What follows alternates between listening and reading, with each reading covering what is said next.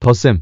덧셈은 사칙연산이자 이항연산입니다. 처음 덧셈을 배울 때 어떤 물건을 더하는 방식으로 배웁니다. 하지만 대학 수학부터는 이런 덧셈을 정해 하지는 않고 수학적 개념마다 다 따로 정해야 합니다. 먼저 수들의 덧셈은 이렇게 정해야 합니다. 참고로 여기서 자연수의 덧셈을 이용하면 그 유명한 1 더하기 1은 2라는 것을 증명할 수 있습니다. 고등학교 때 배웠던 수들 즉 자연수, 정수, 유리수, 실수, 복소수는 덧셈에 대해 결합 법칙, 교환 법칙이 성립합니다. 수로서의 덧셈의 항등호는 0입니다. 어떤 수의 덧셈의 역어는 반수라고 합니다. 그리고 부호가 반대입니다.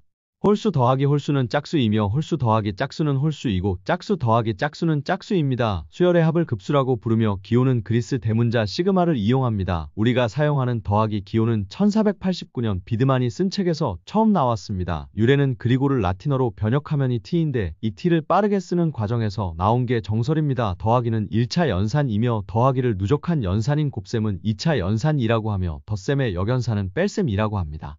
뺄셈.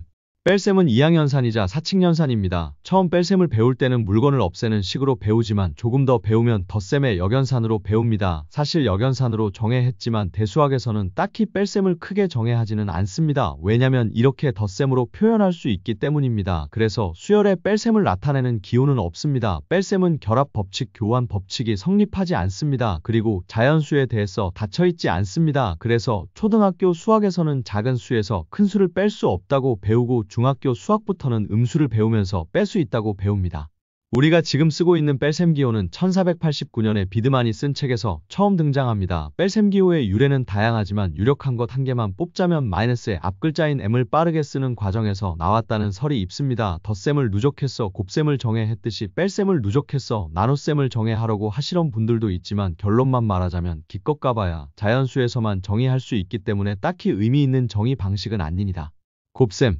곱셈은 이항연산이자 사칙연산입니다. 초등학교 수학에서는 더하기를 누적해서 곱셈을 정해야 합니다. 그리고 대학 수학에서는 덧셈과 마찬가지로 수학적 대상마다 다 따로 정해야 합니다. 수들의 곱셈은 이렇게 정해하고 행렬이나 물리적 벡터는 이렇게 정의합니다. 여기서 정수의 곱셈을 이용하면 마이너스 1 곱하기 마이너스 1은 1인 걸 증명할 수 있습니다. 복소수까지의 수들은 결합 교환 법칙이 성립하고 행렬은 결합 법칙은 성립하지만 교환 법칙은 성립하지 않고 물리적 벡터는 결합 교환 법칙이 성립하지 않습니다. 수의 곱셈의 항등호는 1입니다.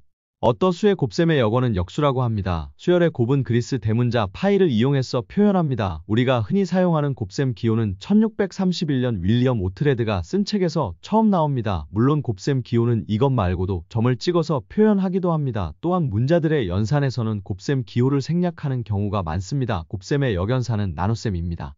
나눗셈.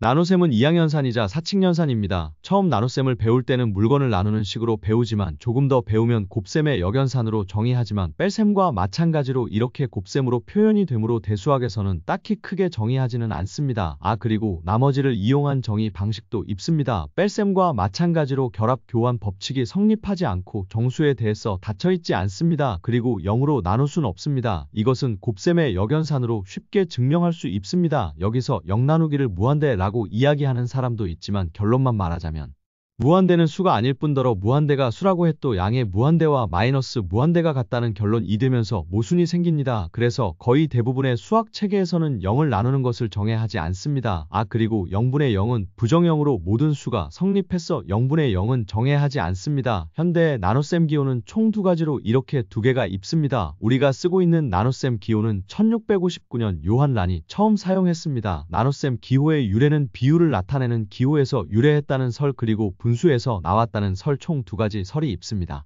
거듭제곱.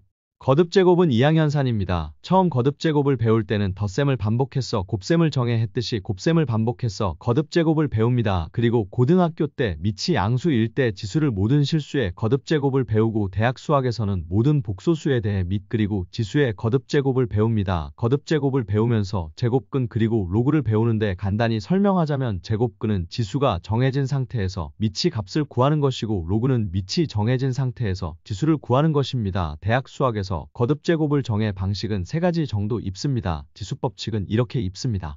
거듭제곱은 제곱 또는 승이라고 읽습니다. 예를 들면 이것은 x의 n제곱 또는 x의 n승이라고 읽습니다. 거듭제곱은 결합법칙, 교환법칙이 성립하지 않습니다. 그리고 거듭제곱은 실수에 대해 닫혀있지 않습니다. 0제곱 그리고 1의 무한대, 제곱 무한대의 0제곱은 부정형입니다. 거듭제곱의 표현 방식은 위첨자를 이용해서 표현합니다. 근데 위첨자가 표현하기 힘들 때 예를 들면 인터넷 같은 곳은 위첨자를 쓰기 힘들어서 보통 사칙연산처럼 중위표기법을 표현하는데 기호는 이기호를 사용합니다. 예를 들면 2의 세제곱은 이렇게 표현합니다.